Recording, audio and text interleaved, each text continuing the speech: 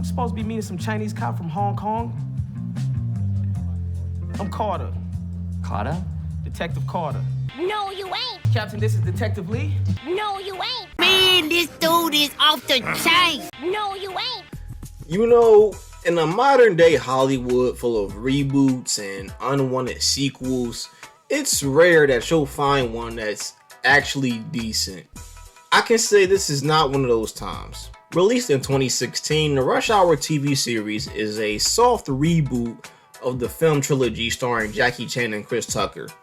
Now, one question that gets asked all the time with this is, who asked for this? I don't know! Well, nobody but the corporate suits who don't have any ideas and would rather dig up the graves of dead franchises to make a quick buck.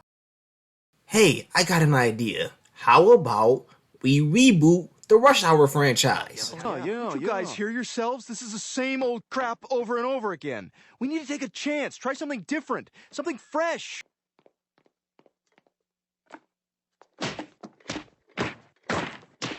Brutality. Rush Hour 3 came out in 2007, and fans have been waiting patiently to see if we'll ever get a fourth movie. And truth be told, I'm not interested in a fourth movie. Rush Hour 3 was kind of booty. It had its moments, but overall, I'd rather just watch the first two. And Jackie Chan is super old, man. He can't move like he used to. Don't have my guy out here looking like Harrison Ford, alright? That got that man going outside right now.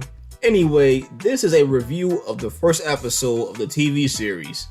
And only the first episode because I wasn't compelled to watch any more than that. So what we have here is the first Rush Hour movie with elements of the second movie condensed into 45 minutes. A very dry 45 minutes. The episode opens up with the same scene from the first movie. Detective Lee is coming down on a drug bust by the docks. Lee is played by John Fu, who was in that Tekken movie that nobody saw. Instead of protecting a little girl, Lee now has a sister, Kim, who he's overprotective of, much to her chagrin. Here is where I need to address two of the biggest problems with this show. Let's start with the fight scenes. They're awful.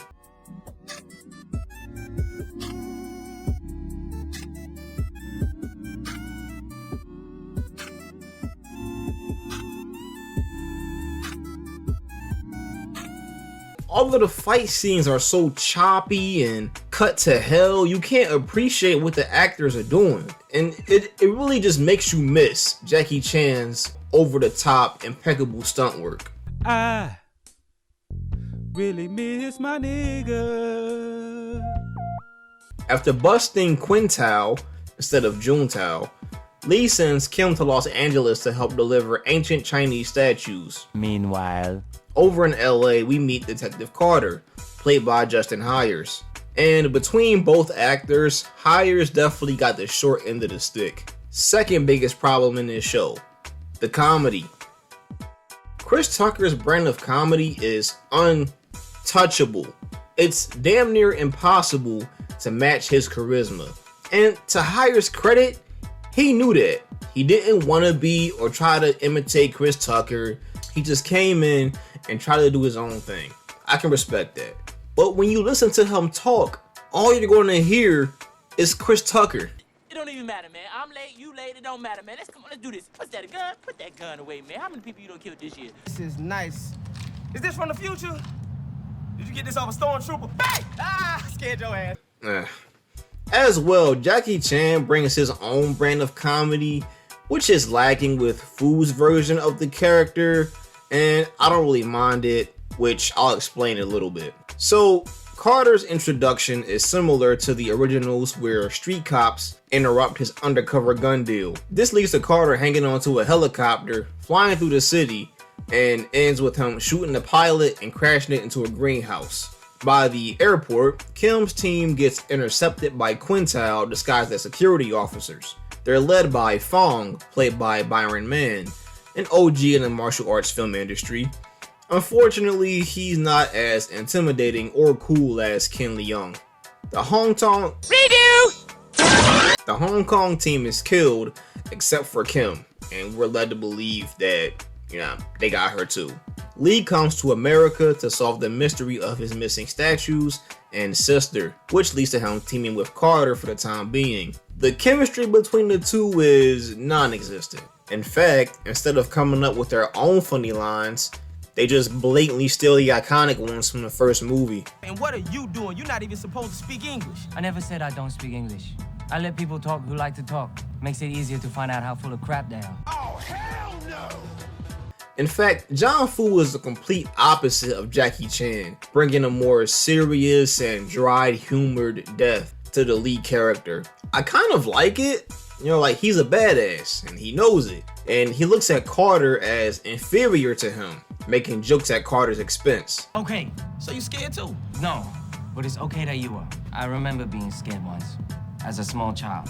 You ain't funny. The main reason I don't like the Carter character here is that they make him too much of a clown, to the point where no one in the show really respects him. They just kind of tolerate him. So when the show wants to get melodramatic, I can't take him seriously. You and Carter are a lot alike. No, you ain't. Lee and Carter follow a trail of clues that'll lead them to the statues. One of Carter's connections is his cousin, with Paige Kennedy taking the role of Clifton Powell's character. Mr. Kennedy! And Bobby Lashley is here for some reason. Like, what the fuck? They redo the pool hall fight scene and it's not good. The next lead is a security guard who gets assassinated by Fong, and we find out that Kim is alive and working for Quintal. Carter also calls Fong Eminem, which would have made more sense with Young's character, but whatever. After a shootout in the noodle house, Carter is demoted and Lee is called back to Hong Kong. Carter ends up getting another lead from the chick from the George Lopez show, and they question the gun dealer from earlier. Boy, you look like a motherfucking He leads them to an abandoned mall where the last action scene takes place. Fong is killed off, and this one cop was leading Quantal, but that don't matter. Kim is here, and yet despite every Asian person being dead and the gang leader knocked unconscious, she refuses to tell Lee why she joined the enemy gang. Sister, why did you do this? I'm sorry, brother, but it's only the first episode. I must wait until the series finale. And she just leaves, like, alright. Lee is offered a full-time job in Los Angeles, becoming Carter's permanent partner. Well, they'll do funny stuff and catch bad guys. I don't know, nor do I care.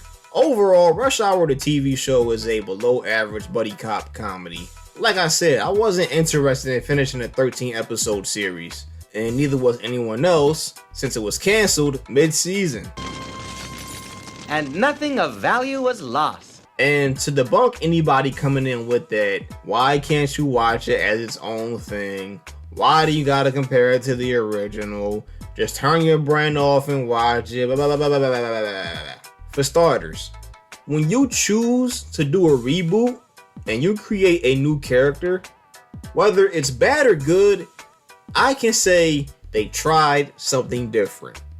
But when you bring in a different actor to play a character we have spent years knowing and loving, not only are you handicapping your project, but the actors are put into a situation where they're held to a standard that's damn near impossible to reach. For example, did you guys know there was a Transporter 4? What? Yeah, and Jason Statham is not in it, but the actor they did get is playing the same character. Despite in Transporter 3, they established that there are other transporters in this universe. So why not make him a different transporter? They want us to accept stand-ins as the real thing. No! And to follow up on that, the reason buddy cop movies work is because you have great actors who make the movie their own. Bad Boys, 21 Jump Street, Hot Fuzz, Lethal Weapon, Ride Along, The Nice Guys, which is very funny and I highly recommend. If you replace any of the actors in these movies, they don't work. Jackie Chan is Rush Hour. Chris Tucker is Rush Hour. And we will accept no replacements. End of discussion. I'm done.